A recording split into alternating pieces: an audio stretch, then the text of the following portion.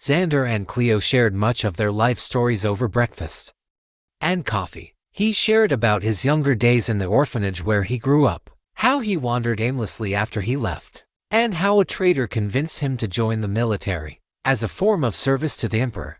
Cleo then shared a little bit about herself as well. She was born to a senator and military governor, and was an only child. Because of this, her father saw fit that she served the emperor well instead of being another simple cog in society.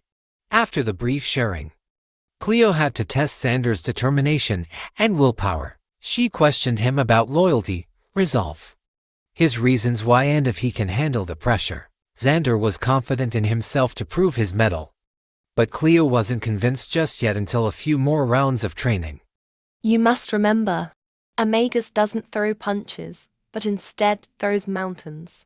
You need to train your mind as well as your body. For the next few days, Xander and Cleo would train and spar relentlessly, but more so for Xander than Cleo. The Anti-Magus stood perfectly still in her magic circle, and despite him being immune to magic, he couldn't land a single hit. Realizing that the magic circle was really just a ruse, the real challenge was Cleo herself, because she simply overpowered him.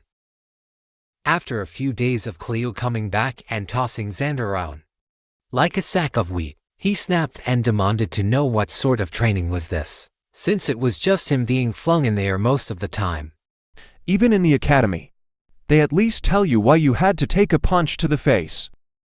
Cleo didn't say anything in response, but instead flashed towards him and threw a punch, reacting as quickly as he could. Xander caught Cleo by the wrist before her punch landed on his face.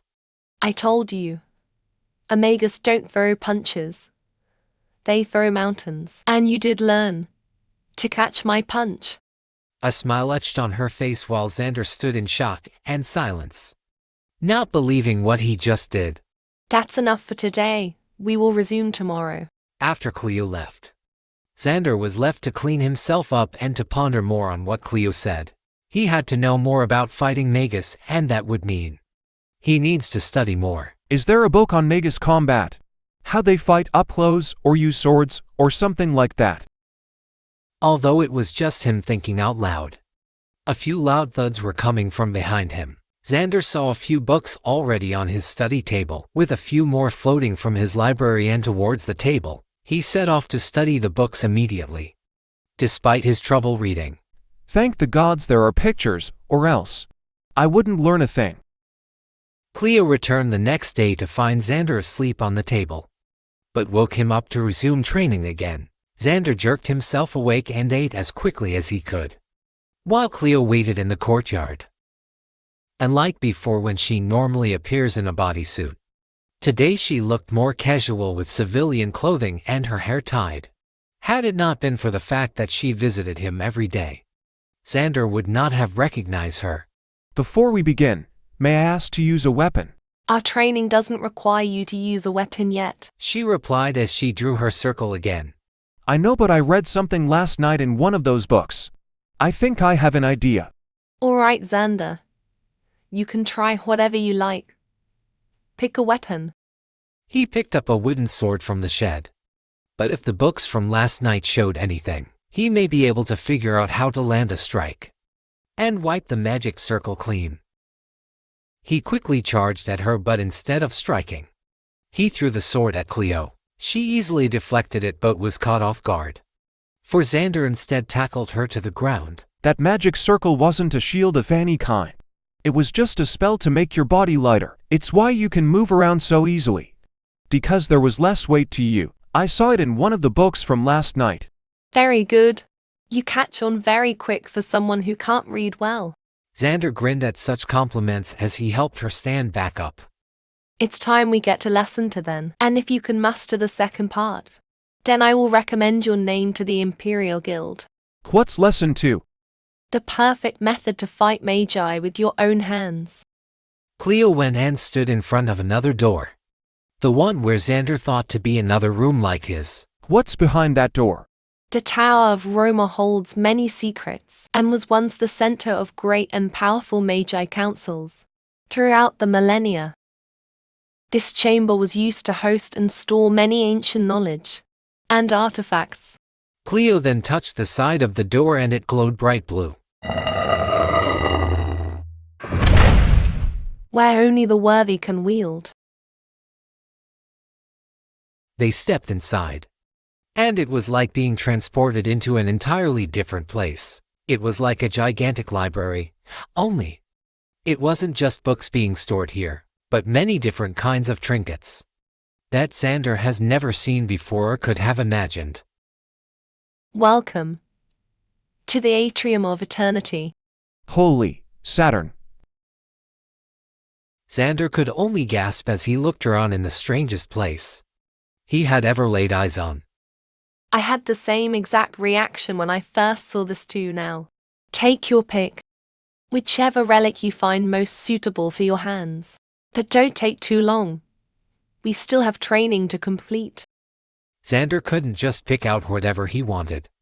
There were many trinkets and even weapons that he was too curious to know more about. He only wished he had more time to just look around, instead of choosing something to be a weapon.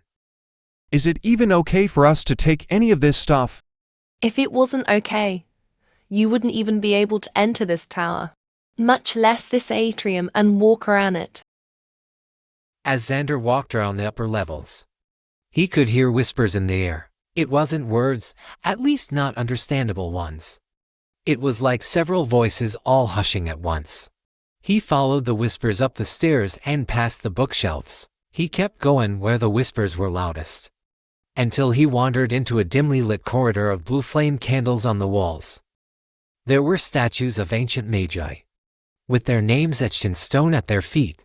One such statue was wearing a crown, and his hands stretched forth, as if giving a welcoming gesture. And on the statue's hand hung a golden necklace, with a phoenix head and had rubies for eyes. This was Alexander I, the last Caesar of the Holy Draxler Empire. What the hell? How did you sneak up on me like that? A skill you will learn soon enough. What is it you have there? A necklace. I think it was just dangling on his hand like that. As Xander wore the necklace, it shrunk to fit around his collarbone. If that isn't a magical artifact, then I don't know what is. Xander laughed at his new discovery. Cleo wasn't as positive about this relic as much as Xander does. She suggested to find something else instead, but Xander felt like this relic was the perfect one. He explained that it called out to him in some way, because after he picked up the necklace, the whispers stopped. They returned to the courtyard and tried sparring again, but this time, Cleo shot magical spells at him to try and test out if this necklace would react in any way. Both of them were disappointed that it didn't.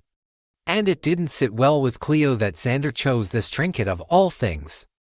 Magical relics are unique, but because you cannot perform magic, you have to figure out how to activate this one without any spell interference. Artifacts in this tower are very powerful. One wrong flick of the wrist, and we are all blown into the afterlife. Well, that's very reassuring. Xander fiddled with the phoenix head on his necklace. I think it likes me though.